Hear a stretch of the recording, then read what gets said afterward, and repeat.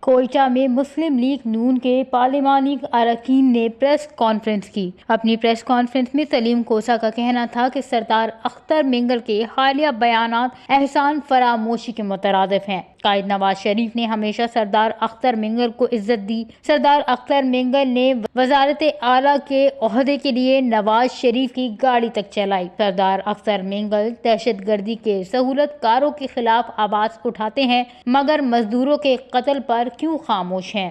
سردار اختر مینگل آئین کا سہارا لے کر اپنے دھرنے کو قانونی قرار دے رہے ہیں۔ سلیم کھوسہ کا مزید کہنا تھا کہ نفرت کی سیاست دم توڑ چکی ہے۔ قدوس حکومت بنانے اور چلانے میں BNP کا کردار اہم تھا۔ قدوس دور کے 1.5 سال میں کیا ترقی ہوئی، BNP جواب دے۔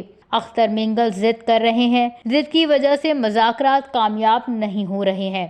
حکومت ضد کسی کی نہیں مانے گی، ضد پر مطالبات منظور نہیں ہوتے۔ سردار اختر مینگل نے دھرنے کے ذریعے شہریوں کو اذیت میں مبتلا کر دیا ہے۔ پریس کانفرنس سے گفتگو کرتے ہوئے صوبائی وزیر تعلیم راحیلہ درانی کا کہنا تھا کہ سردار اختر کے پاس کوئی میرٹ نہیں بلکہ وفد بات چیت کے لیے گئی تھی۔ سردار اختر نے پہلا سوال کیا کہ آپ لوگوں کو کس نے بھیجا ہے؟ ہم خواتین پارلیمنٹرین ان سے اپنی عوام کی مشکلات کے حل کے لیے دھرنا ختم کرنے کے لیے گئے تھے۔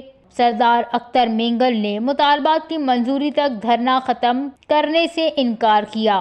وچ نیوز، کوئٹہ، بلوچستان۔